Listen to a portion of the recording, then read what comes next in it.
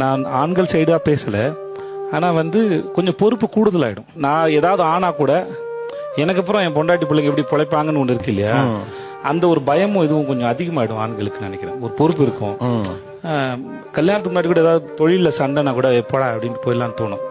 ஆனால் நம்ம நம்பி ஒரு பொண்ணு வந்ததுக்கு அப்புறம் வந்து 4 பேர் நல்லா மிதிச்சா கூட பரவாயில்ல, வீட்டில் பொண்டாட்டி இருக்கு புள்ள இருக்குன்னு வாங்கிக்கலாம்னு தோணும். ஸோ இதெல்லாம் வந்து சேர்ந்து தான் வந்து ஒரு இது கண்டிப்பாக நம்ம ஸ்ட்ரெஸ்ஸாக இருக்கும்போது ஒய்ஃப் சப்போர்ட் பண்ணுவாங்க, இல்லை எந்த மாற்ற கருத்தும் இல்லை.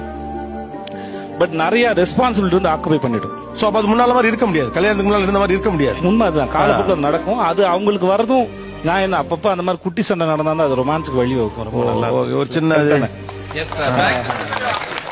காலில் விழுந்துட்டேன்டி அப்படின்னு சொல்லி மறுபடியும் ஆரம்பிக்கலாம். காலில் விழுதுல சுகம் இருக்கு சார், நல்லா அது சந்தோஷம். அது பொண்டாட்டி காலில் டெஸ்ட் தான் அடிக்கடி வச்ச மாதிரி நினைச்சேன். இல்ல சார். சார் வெற்றி என்பது சண்டைக்கு அப்புறம் பொண்டாட்டி வந்து உருன்னு இருக்கிற மூஞ்சி ஓரத்துல கொஞ்சம் சிரிப்பாங்கல்ல, அதுக்கு பாக்குறது தான் சார். அவ்வளவுதான்.